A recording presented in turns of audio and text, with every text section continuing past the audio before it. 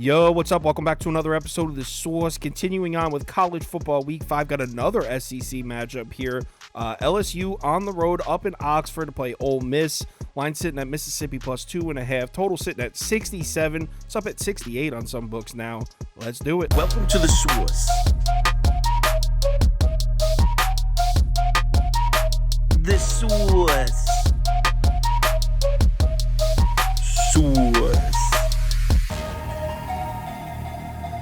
Hey, get the Source. Public's all over LSU in this one. The line actually does touch 3 for a few hours on Tuesday, but it's back down to 2.5 across the board. Pretty much all sportsbooks have it at 2.5 at the time of recording. We'll have to keep an eye on this one, see if it gets back up to 3. So let's start out with some head-to-head matchup history here. LSU has dominated this series, 6-1 in their last 7 games against Ole Miss. They did lose their last trip to Oxford, though, back in 2021. 31-17, Ole Miss got them. But for the most part, it's been LSU with dominant victories. In the 6 wins, Ole Miss has only come within 16 points once. So let's take a look at last week's game. Ole Miss absolutely collapses in the second half, heading into halftime up 7-6 on Alabama in Tuscaloosa, ends up losing the game 24-10. The Ole Miss offense really couldn't get it going for pretty much the whole game, but it really didn't come out of the tunnel in the second half. Just 3 points, 128 total yards, and 2 turnovers in the second half of that game. They had the opportunity to knock Alabama off and hand them their second consecutive home loss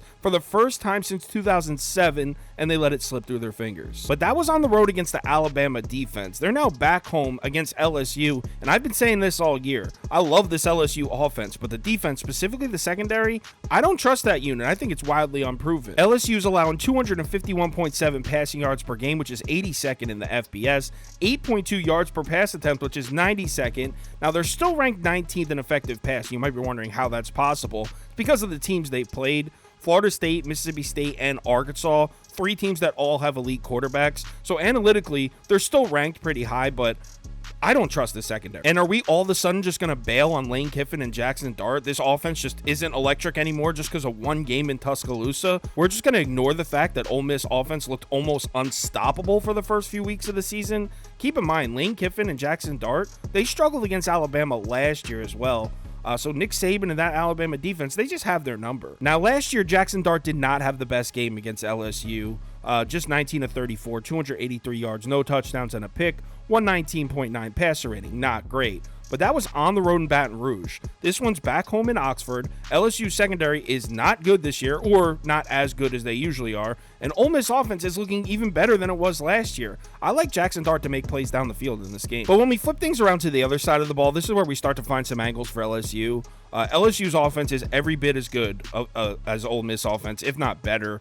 LSU's averaging 344.7 passing yards per game, 10.5 yards per pass attempt, both top 10 in the FBS. They're ranked 12th in effective pass. Jaden Daniels in the LSU passing attack, absolutely elite. I know they almost took an upset loss to Arkansas last week, but it certainly wasn't the offense's fault. LSU had 509 yards of offense on 8.7 yards per play. The offense had 0 problems moving the ball in Arkansas. Now, Ole Miss defensively, I mean, on paper, they're okay. They're ranked in about the same spot this year as they were last year. But personally, I think the Ole Miss defense is a bit undervalued. People are looking at the Georgia Tech game, right? There were a lot of garbage points in that game. Ole Miss was up 24-3 late in the third quarter, and that's when Georgia Tech scored a few points. And we also saw Ole Miss go on the road into Tulane and hold that offense to just 342 total yards and 20 points. Now, Michael Pratt didn't play in the game at quarterback for Tulane, but still, Tulane offense was averaging like 40 points a game last year at home, so that was a solid defensive performance. And then what they do last week, they went on the road to Tuscaloosa, held the Alabama run game to just 2.9 yards per carry. Now, we can question the Alabama quarterback all day. I mean, it's an absolute mess over there, but the run game is for real, and 2.9 yards per carry is solid on the road to Tuscaloosa. Now, do I think the Ole Miss defense is good enough to hold the LSU offense down? No, I mean, Jaden Daniels in the LSU passing attack is going to be by far the best pass game Ole Miss has seen this year. Have you seen that kid, Malik Neighbors? Holy shit.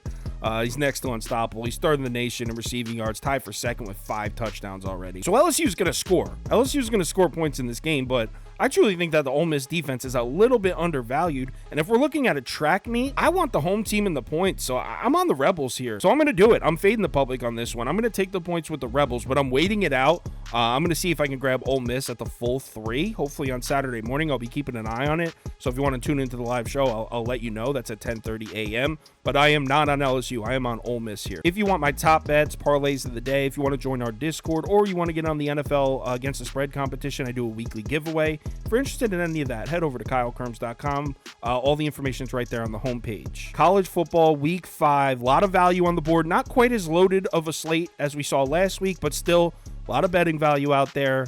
Remember to bet responsibly, and I'll talk to you in the Discord.